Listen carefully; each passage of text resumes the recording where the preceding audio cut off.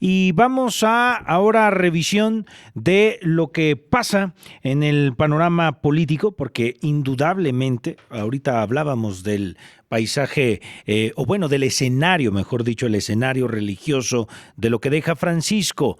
Pero han habido ya reacciones en el mundo político, en los grandes líderes del mundo, ante la partida del sumo pontífice, el líder de la Iglesia Católica en Roma, en este caso en el Vaticano. Y por ello le agradezco que nos acompañe en la línea telefónica Israel López Monsiváis, internacionalista, a quien le damos la bienvenida. Buenas tardes, Israel. ¿Qué tal, Jonathan? ¿Cómo estás? Bueno, pues aquí todos, pues todavía sorprendidos porque era intempestivo la partida del Papa Francisco. ¿Qué decir del personaje y qué decir de lo que deja en la Iglesia Católica justo en este momento en que hay un panorama muy polarizado en la política, pero también al interior de la Iglesia? Pues mira, al interior yo creo que él fue una persona que buscó avances, ¿no? Como líder de la Iglesia Católica. Me parece que si uno revisa, hay una película bien interesante de cómo se dio el cambio entre Bergoglio y el anterior papa que era alemán, y cómo se dan esas negociaciones. Me parece que desde ahí vemos que era típica la llegada, porque pues no llegó por el fallecimiento de su antecesor, llegó por el que declina de alguna manera o deja de estar en funciones como tal y se elige, ¿no? Es una película bien interesante y creo que lo que vemos es un jefe de Estado, porque hay que verlo primero también como, aparte de líder religioso, social, era un jefe del Estado Vaticano, ¿no? Que es tal vez el Estado que tiene mayores relaciones y que tiene una agenda también diplomática. Y ahí es donde también podemos ubicar la labor de Francisco, ¿no? Como alguien que, por ejemplo, fue a Mongolia, en uno de los países que menos tenía catolicismo, ¿no? Y son de esas visitas que llegó a hacer, que en su momento, cuando se haga la revisión, pues establecer este tipo. Se acaba de publicar un libro de Javier Cercas de este viaje con Bergoglio y las conversaciones de un agnóstico con un no creyente, con la máxima autoridad de la Iglesia Católica. Entonces me parece que ahí encontramos a alguien que era muy distinto, ¿no? Alguien que en un momento determinado quiso romper con la opulencia, con tantas cosas y de muchos símbolos, y que se enfrentó a momentos determinados a mostrar una iglesia o una cara de la iglesia donde estaba perdiendo feligreses. Entonces yo tal vez no lo puedo ver hablar tanto como persona creyente, pero sí te podría decir que me parece que era alguien que en sus encíclicas llamó a ciertas cosas que hasta incomodaron a líderes políticos que se dicen religiosos como Milei, ¿no? Claro. Oye, pero a ver, es el estado más pequeño del mundo, el estado político más pequeño del mundo, pero Francisco se volvió un gigante diplomático, Israel. Sí, no, yo cuando menos en Latinoamérica podemos poner dos hechos concretos. Ujú. Mediador en los hechos con las negociaciones con las FARC en Colombia, fue mediador, estuvo ahí al pendiente de cómo se van a cabo. Lo platica Juan Manuel Santos en sus memorias, y también lo ha platicado en cómo continuó en comunicación con él. Y en el deshielo con Cuba, que después lo interrumpió el mismo Trump, pero sí fue alguien que sirvió de conexión en su momento entre Raúl Castro y Obama, cuando menos esos dos momentos particulares de cómo el jefe del Estado Vaticano interactuó en esta diplomacia y el poder blanco que tiene el Vaticano. Oye, ¿y cómo se peleaban, no, los funcionarios por ir a una audiencia con él, el tener la oportunidad de una reunión, de una fotografía? Prácticamente todos los líderes del mundo se reunieron con él. ¿A qué te digo esto? Sí, Mira, me recuerda cuando fue la campaña presidencial en México, cómo las dos candidatas presidenciales se pelearon por la foto con Francisco, el propio rey Carlos, por ejemplo, el de Inglaterra, como también fue con Francisco. Recuerdo más, fíjate lo curioso, ayer el último funcionario en estar con Francisco fue J.D. Vance, el vicepresidente estadounidense. El último fue él. sí, ¿no? Y bueno, el protocolo del Vaticano le da unos regalos, una corbata con la simbología de ahí del Vaticano, le da unos huevitos Kinder para sus hijos, tienen un diálogo de 5 minutos, a pesar de que Vance ha sido crítico era crítico de Francisco, ¿no? Hace poquito terminé de leer el libro de Boris Lozano, que exdiputado local de San Luis, uh-huh, y que fue encargado de los asuntos políticos en el Vaticano. Y una de sus primeras tareas, encomiendas que platica Boris Lozano, fueron los 5 días que el Francisco pasó en México. Y que narra una para que vean lo que es, ¿no? Narra el mismo Boris que llegó el embajador norteamericano ahí a la embajada de México en el Vaticano y que Francisco quería cruzar caminando del norte a la frontera sur como simbólicamente para la defensa de los migrantes. No sé si te acuerdas que hubo un evento ahí en Ciudad Juárez, uh-huh, donde le habló a los migrantes, ¿no? Entonces Estados Unidos estaba muy preocupado porque Francisco llevara a cabo uno de estos eventos simbólicos donde, pues imagínate, cruzar del norte a sur y en la defensa de los migrantes.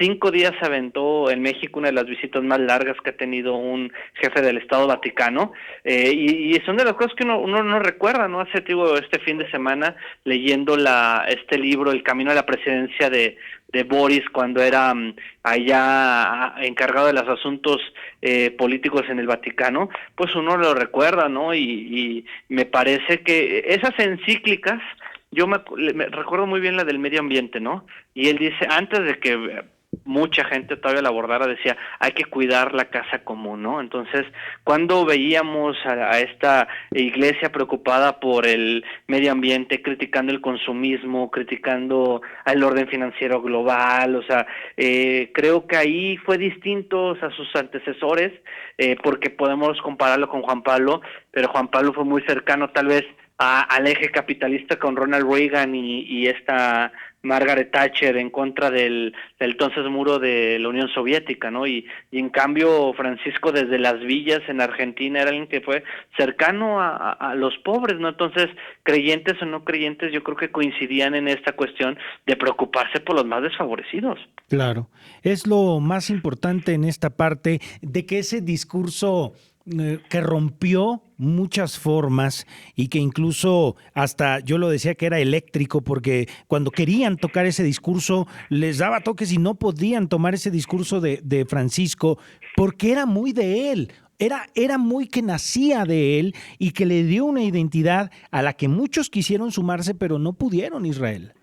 No, esa reunión todavía estuvo un desayuno con transexuales, futbolero, o sea, algo distinto que no habíamos visto, ¿no? Sí. Y yo creo que pocas veces y encontramos a agnósticos, a no creyentes politizados que simpatizaban con un líder religioso, no tanto simpatizar, coincidían con algunos de los argumentos, porque por ejemplo, ¿quién va a estar en desacuerdo con él cuando hablaba de en contra del consumismo excesivo o cuando cuestionaba el orden financiero global o cuestiones? ¿Quién va a diferir con él, no? Y ahí lo raro fue, por ejemplo, cuando Milei una vez lo llamó que era representante de maligno en la tierra, ¿no? Uy, sí.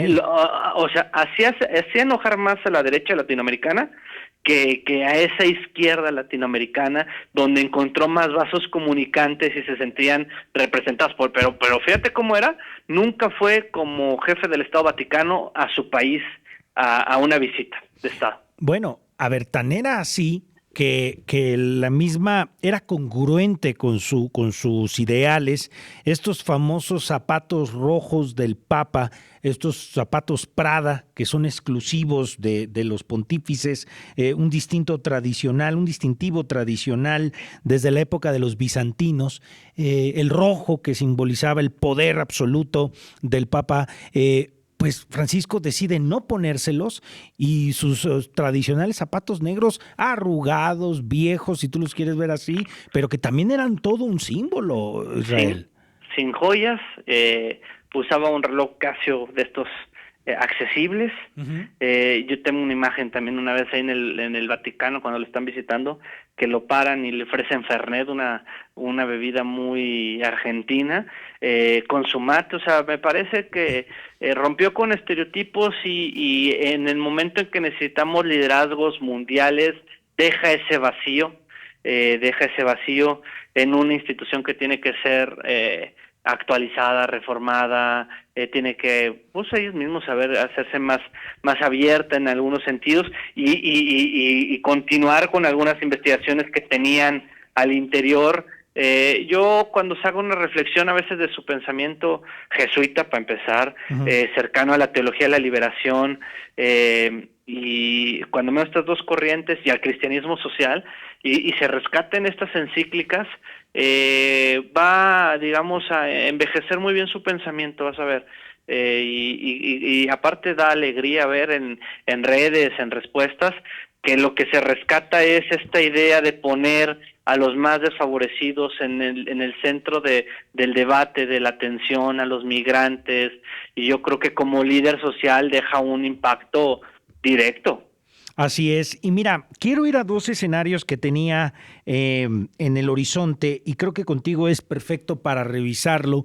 A ver, es el primer papa que le ocurre el escenario. Ya le había ocurrido a otro con mayores siglos atrás, pero bueno, por lo menos en este siglo era el primero que le tocaba estar con dos papas, ¿no? El papa emérito, Benedicto XVI, y él al frente del trono de San Pedro. Pero también Israel fue el Papa en la pandemia. Y qué escena, ¿no? Aquella cuando camina en la plaza de San Pedro sola, desértica, en ese momento en el que el mundo tenía miedo absoluto.